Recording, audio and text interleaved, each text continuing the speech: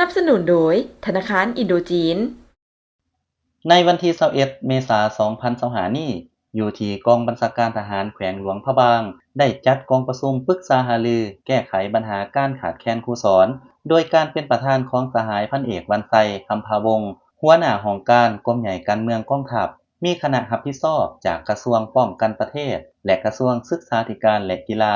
มีคณะผักคณะบัญชากองบัญชาการทหารแขวงหลวงพระบางกองปฏิบัติงานก่อสร้างรากฐานเขตจุดสุมกองห้อยทหารชายแดนคณะแผนกศึกษาธิการและกีฬาแขวงคณะอำนวยการวิทยาลัยครูหลวงพระบางและคณะของการศึกษาธิการและกีฬาเมืองเข้าร่วม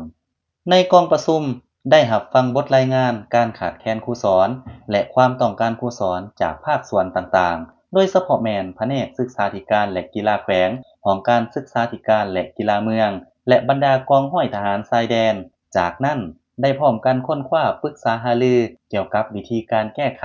และเก็บกำข้อมูลครูสอนครูอาสาชั้นประถมศึกษาอยู่เขตห่างไกลศอกหลีพร้อมนี้ค้นคว้าปรึกษาหารือเกี่ยวกับการจัดตั้งการฝึกอบรมวิชาครูชั้นประถมศึกษาให้แก่นายและพลทหารเพื่อไปช่วยสอนอยู่เขตห่างไกลศอกหลีค้นคว้าเก็บกำสถิติครูอาสาสมัครที่บ่ทันได้เข้าเป็นรัฐกรปรึกษาหารือสถานที่การเปิดศูนย์อบรมวิชาครูและการขึ้นแผนงบประมาณรับใช้เวียกงานดังกล่าว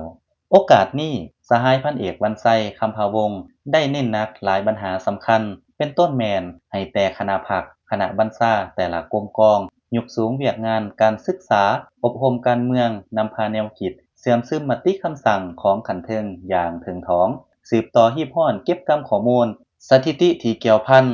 แล้วสังรวมรายงานและสนองข้อมูลต่อขันเทิงเพื่อพร้อมกันค้นคว้าแก้ไขให้สอดคล้องและทันการภายหลังสำเร็จกองประชุมคณะได้เคลื่อนไหวกวดกาสถานที่พักเช้าและอาคารที่จะใช้ในการเปิดอบรมวิชาครูชั้นประถมศึกษาให้แก่พนักงานนักรบตื่มอีกอยากไปเรียนต่อต่างประเทศภาษาอังกฤษต้องอยู่ในระดับใดตอนนี้เราอยู่ที่ Wall Street English เนาะซึ่งเป็นโรงเรียนภาษาอังกฤษที่แบบชื่อดังเลยตั้งอยู่ในเซ็นเตอร์นี่เองเนาะเดี๋ยวเรามาลองถามอาจารย์ที่ Wall Street นี่กันเลยว่าต้องมีภาษาอังกฤษระดับใดมากันเลย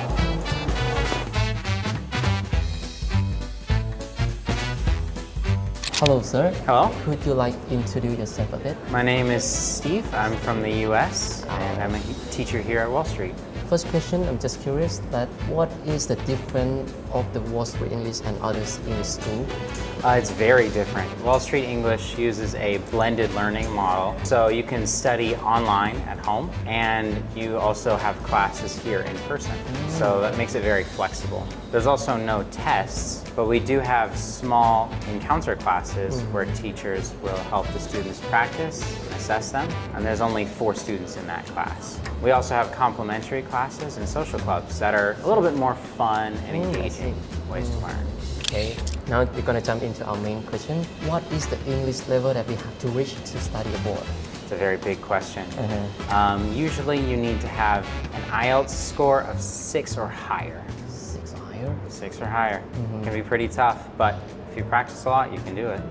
In Wall Street English, do you have any course or the English course to like provide to the student about IELTS? We have a core course which helps build a general English foundation, and we are all going to also offer an IELTS class that will help students reach a certain IELTS score. Wall Street English has a free consultation if you want to check your English level, so we could let you know about where you are and what you need to do to raise it up to where you want to be.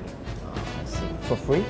For free, yes. Wow. Alright, thank you for the information. I think it's quite crystal clear for the student or even the employees that they're interested to study English. Okay. Alright. Glad I could help. ทีนี้เราก็รู้กันแล้วเนาะว่าต้องมีระดับภาษาอังกฤษเท่าใดจึงสามารถเรียนต่อต่างประเทศได้และทาง Wall Street English เนาะเพิ่นก็มีคอร์สที่ว่าเหมาะกับทุกคนที่อยากจะพัฒนาทักษะทางด้านภาษาอังกฤษและที่สำคัญคือที่อาจารย์สตีฟได้เว้าไปเนาะว่าสามารถมาวัดระดับภาษาอังกฤษอยู่นี่ได้แบบฟรีๆเลยเนาะสำหรับใครที่สนใจก็ส ามารถมาได้เลยที่ Wall Street English เนาะและที่สำคัญนะทุกคนตอนนี้แม่นค่าเทอมที่ Wall Street English เนาะสามารถสำหรับผ่านไดนาเพได้แล้วเพราะถ้าท่านสำหรับผ่านไดนาเพเนาะท่านก็สามารถเป็นจ่ายค่าเทอมเป็นงวดๆได้ตั้งแต่6ถึง12 เดือนกันเลยพิเศษไปกว่านั้นเนาะถ้าท่านสำหรับผ่านไดนาเพท่านจะได้รับราคาที่พิเศษกว่าปกติและให้ฟ้าวกันเลยทุกคนเพราะว่าโปรโมชั่นนี้จะหมดเขตภายใน31 มีนาคมนี้เท่านั้นเด้ออย่าลืมทุกคนถ้าอยากพัฒนาทักษะทางด้านภาษาอังกฤษแม่นให้มาที่ Wall Street English นี่เด้อและอย่าลืมสำหรับด้วยไดนาเพบ๊ายบาย